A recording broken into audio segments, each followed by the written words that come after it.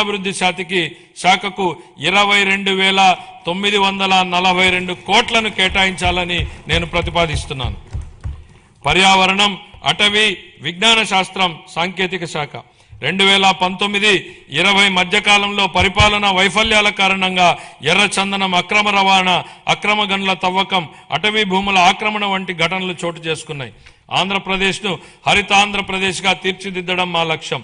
2030 నాటికి 37% మరియు 47 నాటికి 50% పచ్చదనం సాధించే దిశగా అటవీ సంపదను స్థిరంగా నిర్వహించడం, ఎడారీకరణను ఎదుర్కోవడం వంటి చర్యలను అమలు చేస్తాం. వ్యూహాత్మక పర్యావరణ రక్షణ వలయంగా green cover wall of Andhra Pradesh ను అమలు చేయనున్నాం. 26-27 ఆర్థిక సంవత్సరానికి పర్యావరణం, అటవీ, విజ్ఞాన శాస్త్రం, సాంకేతిక శాఖకు 714 కోట్ల రూపాయలను కేటాయించాలని నేను ప్రతిపాదిస్తున్నాను. పట్టణాభివృద్ధి అమృత్ 2.0 పథకం కింద 111 పట్టణ స్థానిక సంస్థల్లో మొత్తం 506 ప్రాజెక్టులు అమల్లో ఉన్నాయి. అదనంగా యుఐడిఎఫ్, ఏఐబి సహకారంతో చేపట్టినటువంటి ప్రాజెక్టులు కూడా పురోగతిలో ఉన్నాయి. ఈ ప్రాజెక్టులన్నింటికీ 2027 డిసెంబర్ నాటికి పూర్తి చేయాలనే లక్ష్యంతో ముందుకు సాగుతున్నాం. ఆ సందర్భంలో 2 సంవత్సరాల వ్యవధిలో యుఐడిఎఫ్ కింద ఆంధ్రప్రదేశ్కు అదనంగా 4,000 కోట్లను మంజూరు చేయడంలో సహకరించిన గౌరవ కేంద్ర ఆర్థిక మంత్రి గారికి మా కృతజ్ఞతలు. 1982లోనే స్వర్గీయ ఎన్టీ రామారావు గారు ఆహార భద్రతా ప్రాధాన్యతను గుర్తించారు.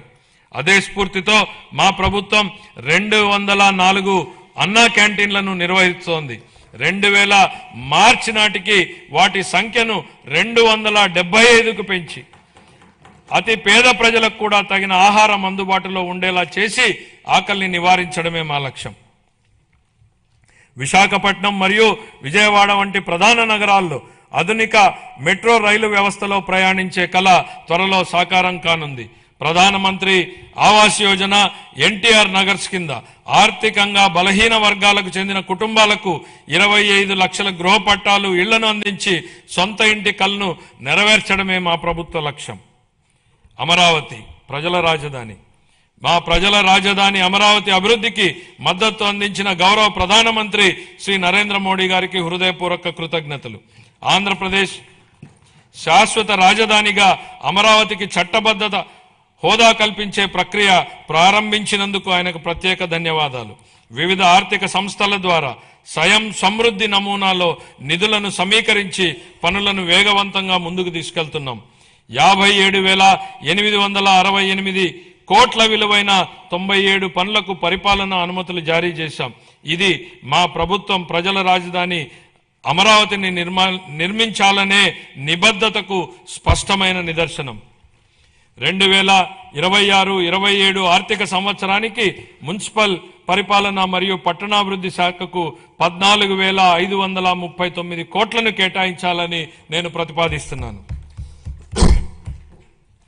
న్యాయశాఖ, హోం, మద్య నిషేధం, ఎక్సైజ్ మరియు అగ్నిమాపక శాఖలు.